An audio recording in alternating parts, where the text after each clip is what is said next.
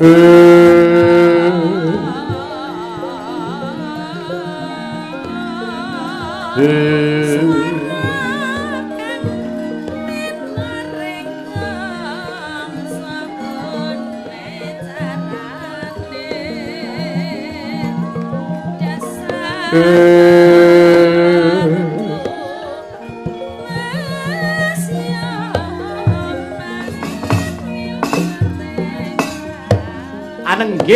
Taman Harga Soko ingkang pranyata endah milengoni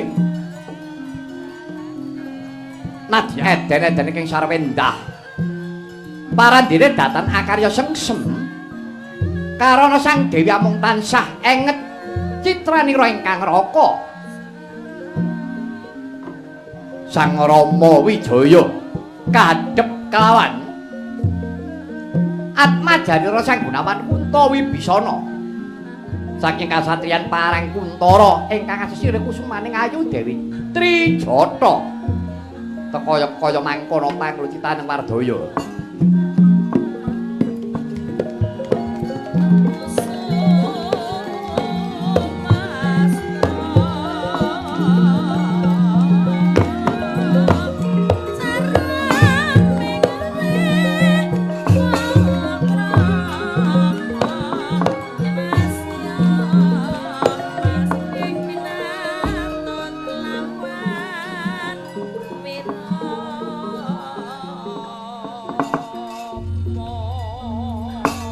Anoman malumpat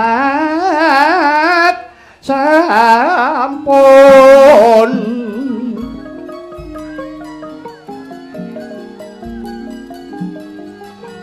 pratang witen naga sari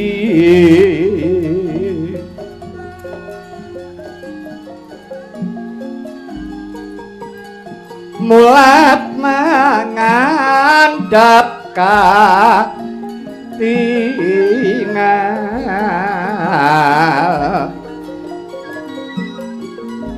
panodyayu guru ageng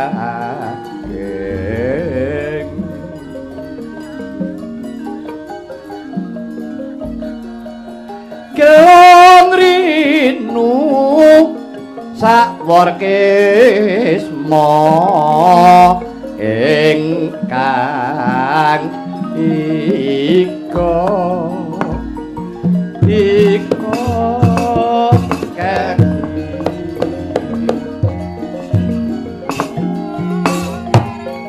Trijata wonten timbalan ing adamu Sang Dewi Mara Ganggi kowe metu sedhela kok dadi aku krungu ana wong ngrengeng-ngrengeng ura-ura kok sajak nyemu karo aku coba tilik ana kae sapa iki ngesaken dawuh paduka Sang Yayu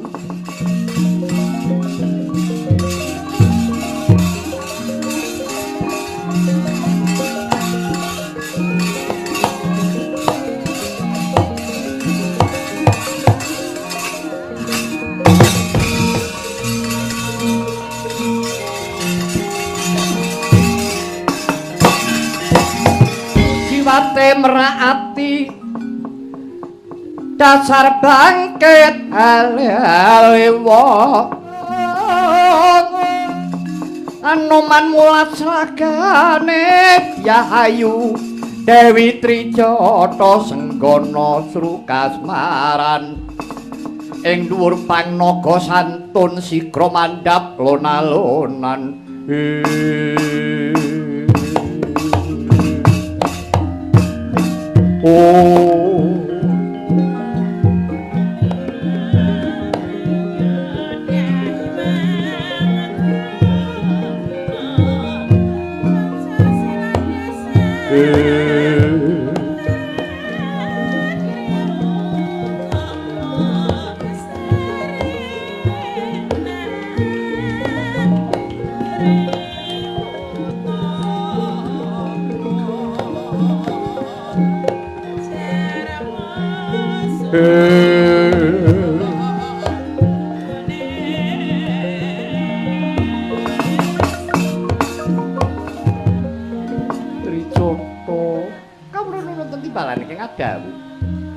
Dewi.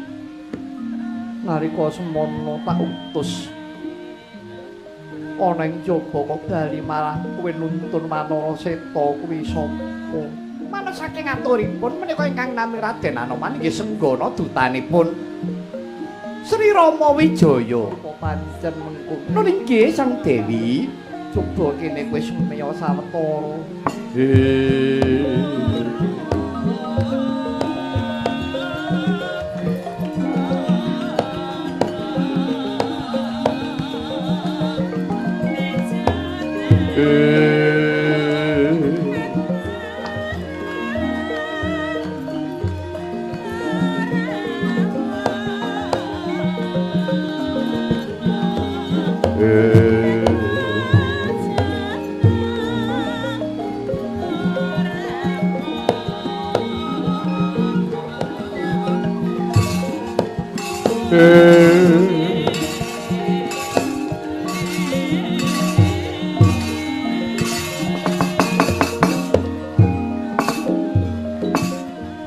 Apa pancen para nyata yen to sira aranmu Senggana ya Anoman? Kawula nuwun. Kaluhuran sabda paduka Sang Dewi. Kula pun Anoman abdinipun Sri Rama Wijaya.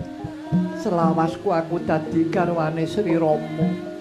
Sri Rama Wijaya kuwi ora kagungan prajurit wanara. Nanging sabab apa kok dadi kowe ngaku yen putane Sri Rama? Iya, menawi paduka kirang pitados. Sang Dewi, kula kaduta Sri Rama kinen ngaturaken inggih menika Kendhaga Kencana ingkang isinipun sesupe setya ludira agemipun Sri Rama.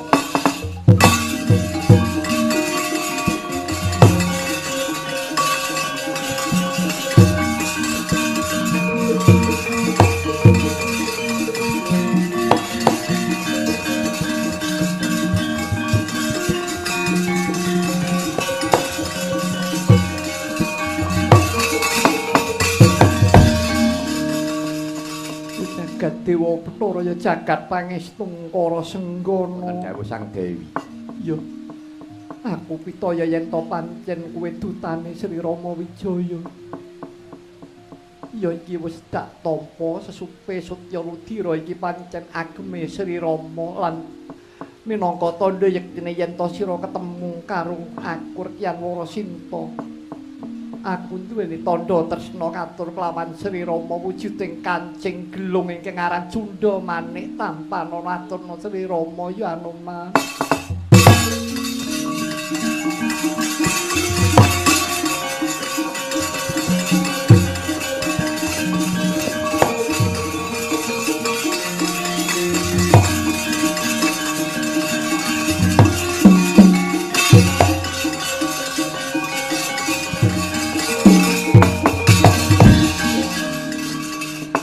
Sang Dewi. Nyatanipun kula sampun saged pepanggihan kelawan paduka Sang Kusuma Dewi Rekyan Warasinta. Malah menapa mboten prayogi. Monggo kula dherekaken paduka kula boyong kundur dhateng Pancawati. Anoman. Wonten dawuh. Aku gelem bali marang negara Pancawati nanging ana syarate. Syaratipun menapa? Sarate Sri Rama kudu bisa nugel gulune Dasamuka. Nggih, sedika ngeslaken dawuh.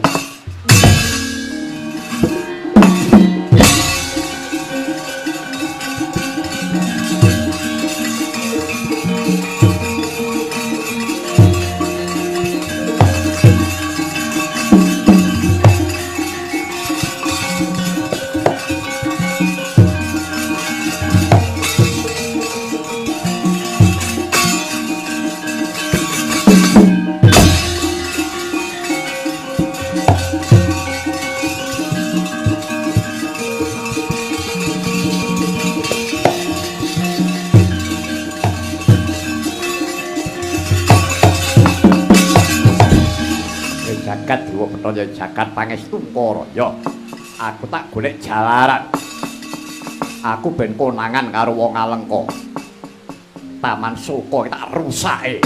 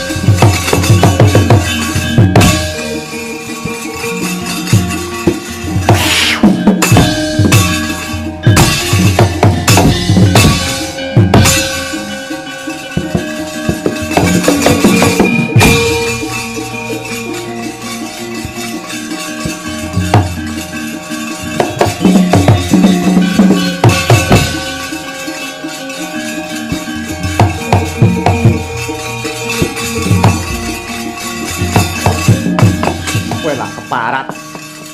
Dadi ana kethek putih. Prabono Taman Suka.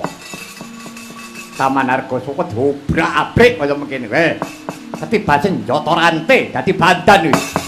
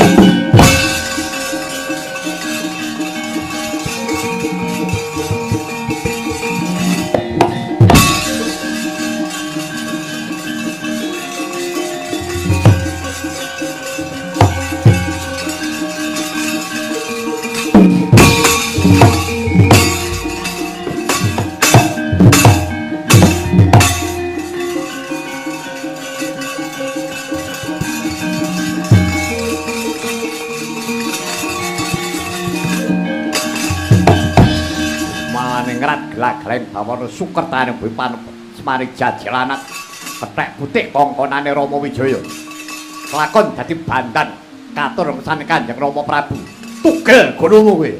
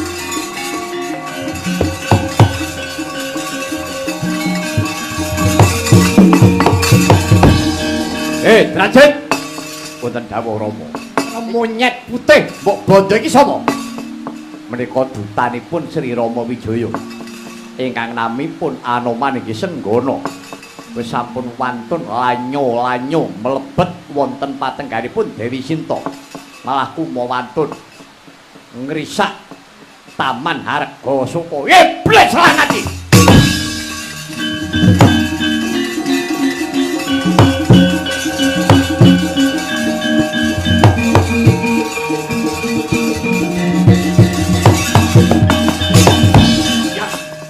malah saya dhuwur. Jet, Dun.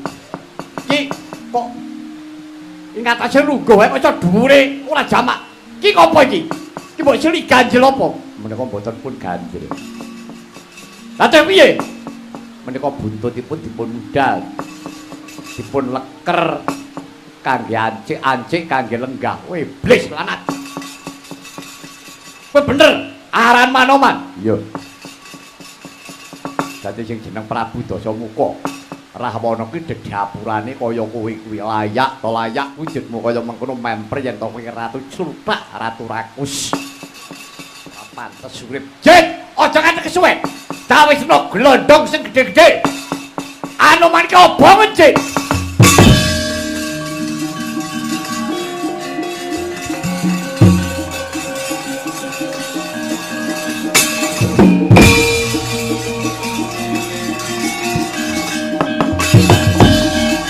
Prabu. Nggih, Wicana. Upami Anoman menika badhe dipun sirnakaken monggo. Saiki mawon namung mbok inggih Koko Prabu sampun ngantos dipun siksa. Sampun ngantos dipun besmi, ampun ngantos dipun obong. Piye? Diobong ora? Kuwi perkarane Dasamuka. Dadi ratu ki aku apa kowe? Nggih paduka Kanjeng Koko Prabu. Nek apa tak cawe-cawe. Kumpul karo Man Presta. Wis gagas gun wong edan. Go ditonton mawon.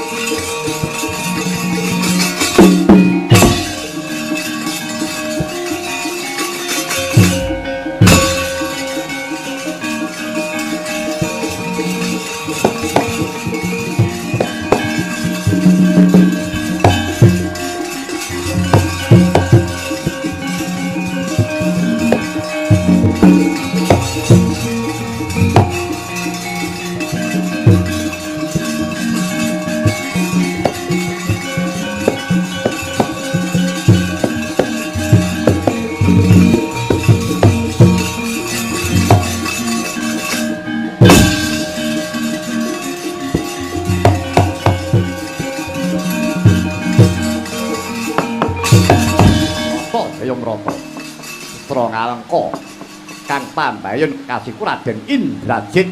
Anoman kethek putih kowe wani lanyo tekan Ngalengka gawe geger dene iki bakal napa paukuman kowe diobong ana ngalun-alun iki kelakon ilang nyawamu.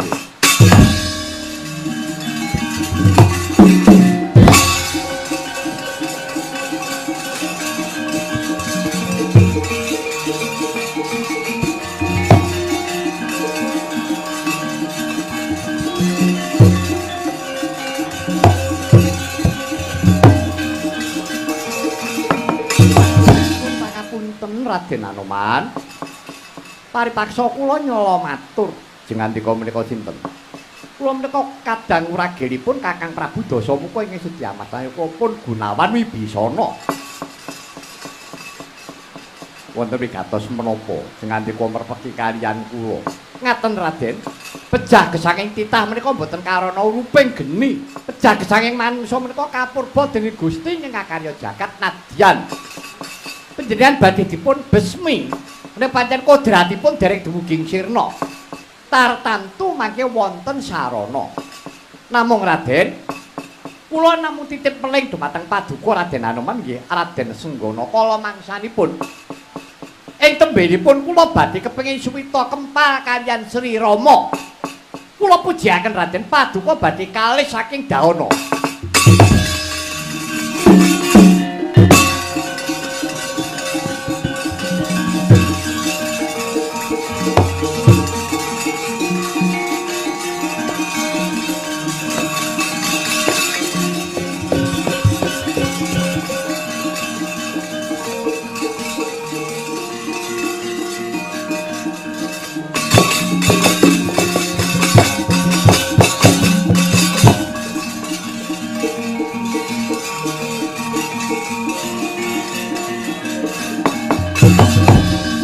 Jenengmu Anoman.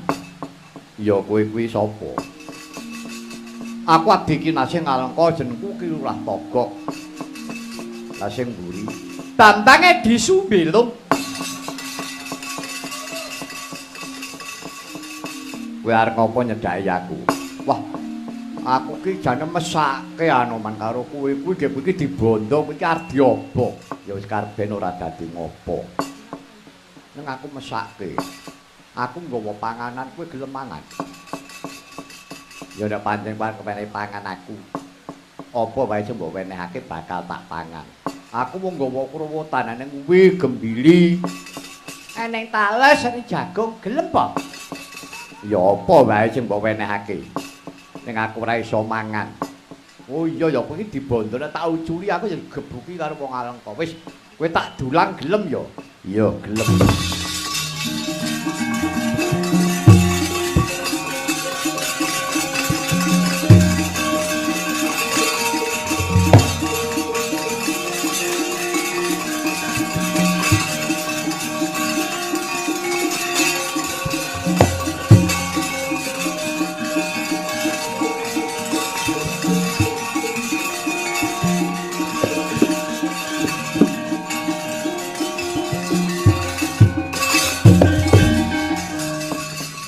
Iki mau eneng uwi eneng gembili. Iki jenenge mbelung mau kowe iki ngekaki apa karo aku? Kuwaci rebu. Wih. Abene nyamikane para sinden-sinden. Ben aja turu kena nggo kletik-kletik. Ya wis. Ya sangka bon-bonte aku ki mesake karo kowe Anoman. Aku meling karo kowe ya ki Lurah Togo karo kowe mbilung. Piye man? Aku njaluk tulung. Omahmu si werana janur kuning. Omahku? Iya. Ndurum piyakmu ki weneh ana janur kuning. Menapa? Ben ketok. Ben ketok? Iya. Ketok piye wis to kowe bakal ngerti dhewe kono ndang nyingkira. Kowe iki arep diobong ya wis karben. Aku diobong ora apa-apa. Wis ayo lung nyingkir lho.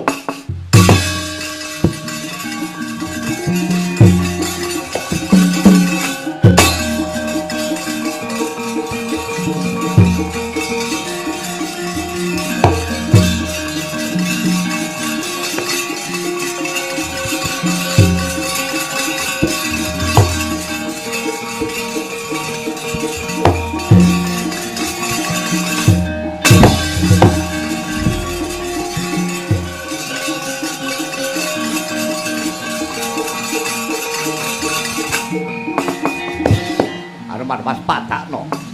Nyobor sing wis murup mangalat-alat. Glondong sing sak prangkul-prangkul kuwi. Tak bludro nganggo Sendhawa. Gandha rukem.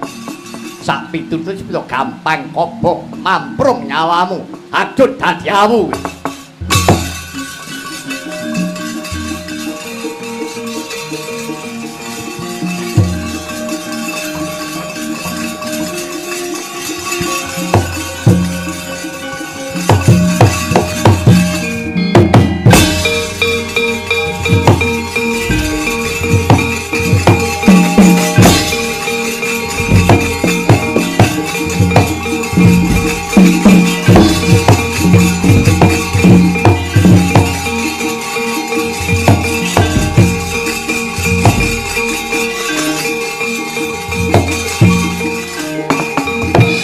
Mangalat-alat sang Anoman kaobong putere garing alengka mangalat-alat nadyan makatena Senggara Sigra Triwikrama